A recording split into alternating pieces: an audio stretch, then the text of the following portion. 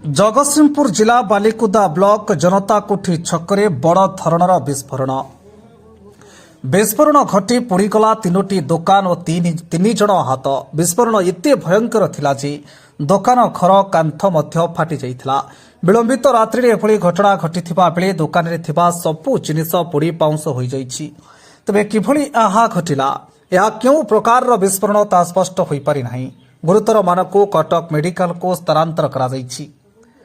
ଜଗତସିଂହପୁରରୁ ବୈଷ୍ଣବ ରାଳୁଙ୍କ report, ତୁଳସୀ କ୍ଷେତ୍ର news.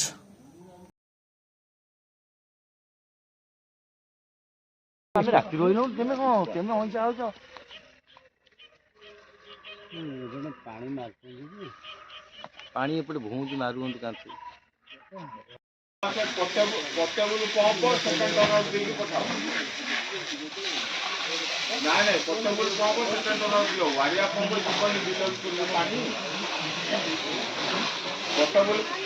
Portable ପମ୍ପଟା ଦିଅ ଦେଇକିରି ପଠା।